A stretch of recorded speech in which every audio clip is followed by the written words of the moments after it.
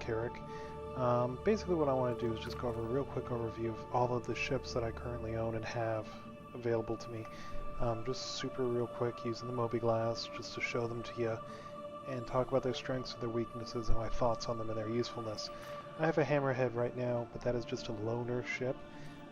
I have used it a little bit, grouping up with people online.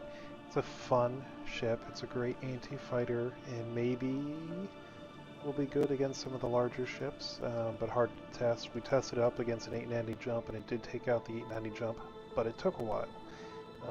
The coverage on the guns is pretty good, but again, you know, it requires a pretty decent crew. You're going to need a pilot, and then you're going to need 6 gunners to truly get the most out of this ship.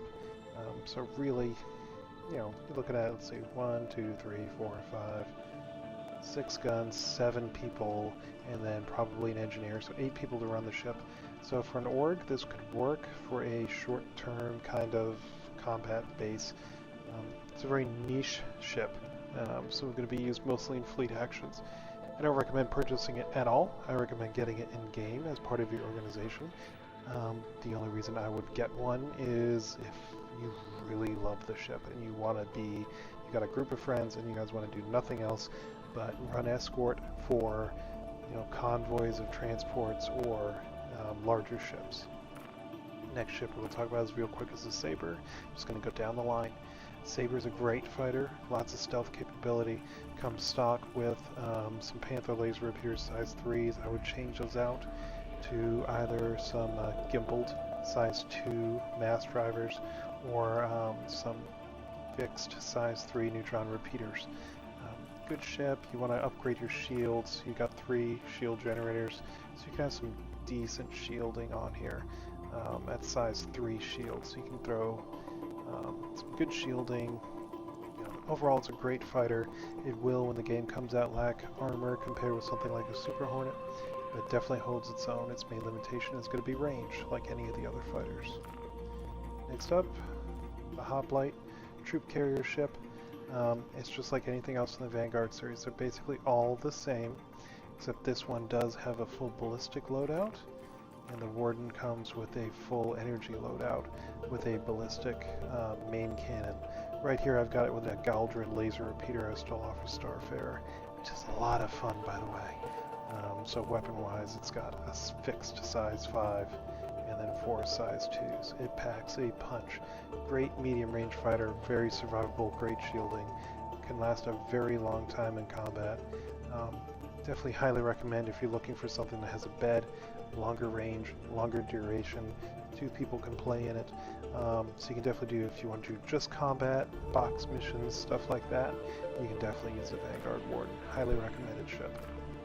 And Valero, this is going to fit under the kind of starter fighter category. Oh, come on, load game. Oh, I'm going to get a 30k error. This is supposed to be a quick video. Alright, we'll go to the menu. Again, why I cannot rate for 3.82, as you can see, every single video I've had and I've done, regardless of length, has at least 130k disconnect, which is just ridiculous. They really mess. These are 30k, in case you don't know, is a server crash, server error. So it's not thing on my side, not my client. It's just the server goes down and they kick you out and you have to log back in and go to a new server.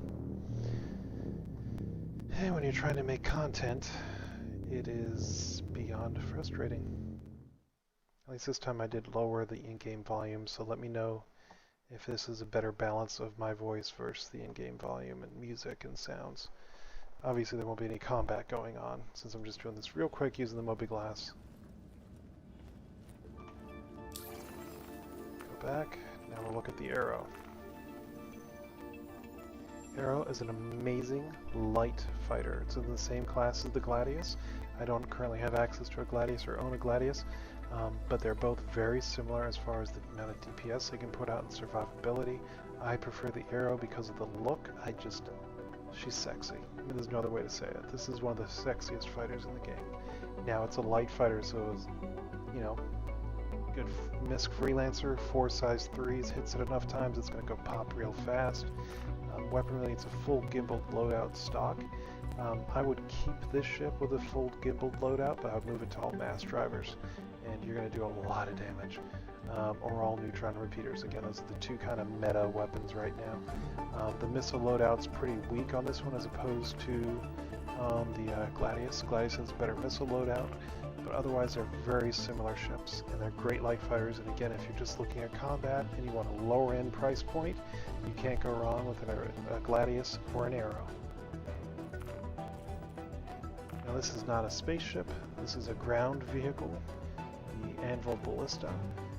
The only reason to purchase this is, one, if you got it and just think it's cool looking, which I do. I got the Snowblind, which is going to launch a lot of very large missiles at targets. So we got this one, size 0, we got some size 5, some size 7s. I mean, this is just a beast of a missile launching target. I plan to use this on my Kraken. So when the Kraken lands, it is working ground side, is parked on the deck to help defend it. Pisces is, in my opinion, the #1 best starter ship in the game. Now this comes with the Carrack as its little snub fighter exploration ship. Now that being said, its price range is the same as the Aurora or the Mustang, and yet you're getting a great ship with internal cargo space. Same cargo space as the Aurora. It can seat 4 people. It comes with 4 size 1 guns. Pretty decent shields, pretty fast, great sized tanks because it's an exploration ship. It is a great ship. Definitely, in my opinion, the best starter ship. S7C is a very good, we won't call it a starter fighter. This is a civilian single seat variant of the Hornet. Good ship. It comes with this store all box, so you can carry about 4 SCU of cargo. And let's make sure of that. Size 5. Doesn't say, I think it's like 4 SU. So it's not a lot of cargo, but it allows you to carry a little bit. You can do some mercenary work with it. It's got less guns. You can mount 3 guns on it, 1 on the nose and 2 there. Next up, we'll just go to the Super Hornet. The Heartseeker is just a variant of the Super Hornet. It seats 2 people. You can give the backseater access to pilot this turret and get a full 360 degrees view of shooting. And then, meanwhile, the pilot has control of this nose turret. These 2 gimbaled. It's fully gimbaled loadout. It does a lot of damage. It's the higher DPS, kind of medium fighter in the game. And again, it shares the same issues as the Saber, very limited range. This is slightly less maneuverable and slightly slower than the Saber in every other way, but when armor is implemented in the game, it will be a lot more durable than the Saber. Saber is stealth. Hornet is, well, brawling. Next up we have the Anvil Hurricane, which is a bomber, multi-crew fighter. This does a massive amount of damage. If you look at the weaponry it's got on this turret, size 4 gimbal mount with a scatter gun. It's got some ballistic autocannons on this turret here that are fully controlled.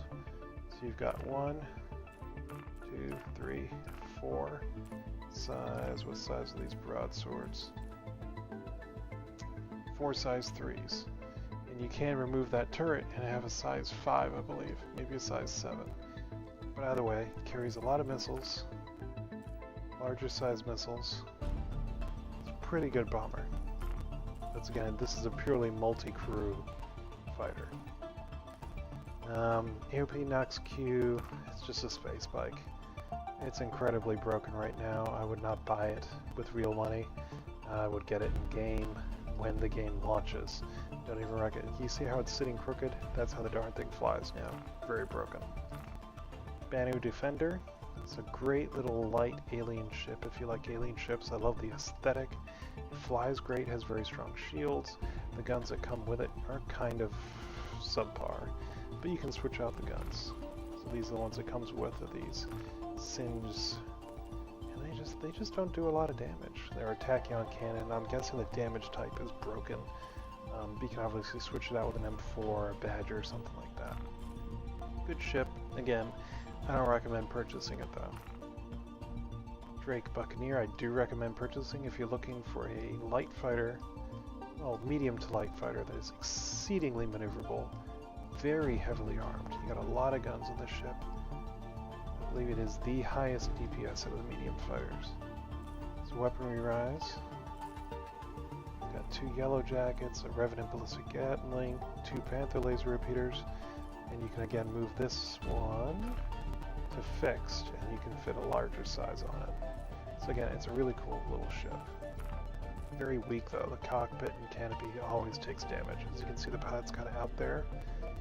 So prepare to die, even though your ship is fully in one piece, if something pierces that. Drake Caterpillar is currently the highest cargo capacity ship in game. And I actually love doing cargo runs in this. Eventually these modules will be able to be switched out for other things. You can have a storefront up here. But for now it just carries 576 SU of cargo. And also eventually this command pod will be separatable. So let's say you're getting attacked and your main engines are shot out. You can get all your crew onto here and run away. And that's really all you can do is run away. But that's kind of the equivalent of this escape pod for Drake. The only thing they have. But otherwise it's a great looking ship and the interior is very Aliens. It's very cool. Again, I've talked about this Freelancer series to death. I have multiple videos on it. Base Freelancer, great all-around ship, highly recommended if you're looking for something to carry cargo, do some combat, do everything ship. And then in the Dur is for exploration. It's got external tanks, a little bit of range, gives up some cargo. The Max gets more cargo, gives up a little bit of maneuverability, and these 2 giant engines out here are what help you to carry more. It's got the wider cargo hatch, but since you got these bigger engines, those become really big targets for anything using a ballistic loadout. The Miss is an excellent combat ship that can also carry cargo, and carries a ton of missiles. Hence why it's the Miss, because it launches a lot of missiles.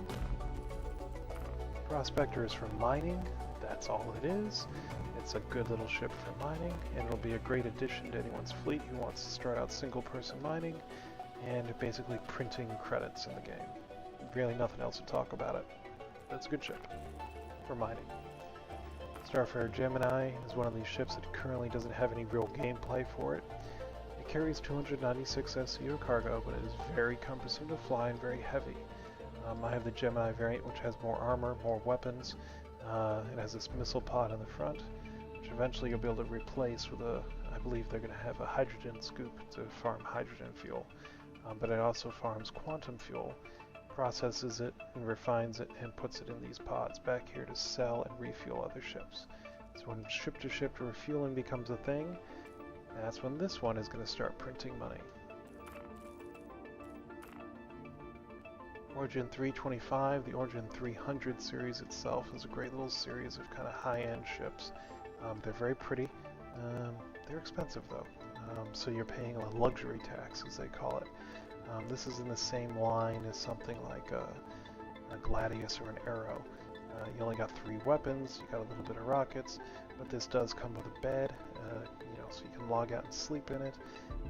Lots of internal amenities that you don't get with other ships. So 300 series is great, has an exploration variant, a light fighter variant, and a race variant. The Aurora is a definite starter ship, one of the classic starter ships in the game. I call it the Cricket. It's a good looking ship for what it is. It's basically just a cockpit and a bed. You can carry a box or 2 in here. It will eventually have a store-all box that's stored underneath here, where you can be able to carry 4 SCU cargo. But again, if you can find a starter package with a Pisces, I would pick it up over one with the Aurora. It's a good ship, just not amazing. Constellation series is one of the original kind of trademark ships. This is the Aquila, the exploration version. Basically you give up this top turret for a scanner, and then on the Andromeda you're going to have a turret on the top and a turret on the bottom, and then you of course got some size 4 gimbaled guns at the top and on the bottom of the engines. Big downside is just like the Max, you have these big giant engines, so that's an issue. It also this ship does not handle well. The Caterpillar handles better than the Constellation. you can make it work if you work on it with some flying backwards and good practice with using your thrusters. You can definitely fly this as a single person ship for some cargo running. It carries 96 SCU of cargo. The Taurus variant, if it ever finishes, will give up this snub fighter and extend the cargo bay to the back, so it'll probably have double that, around 200 SCU of cargo. So again, I recommend all of the Constellation variants, good ships, good multi-crew ships. If you're going to fly it solo, personally I would go with the Freelancer line. Ursa Rover, this comes with a couple of the exploration ships. It's not going to show it to me, is it? 30k.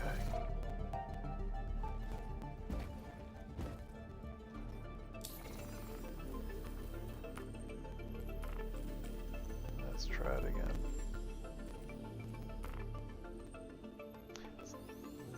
There it is.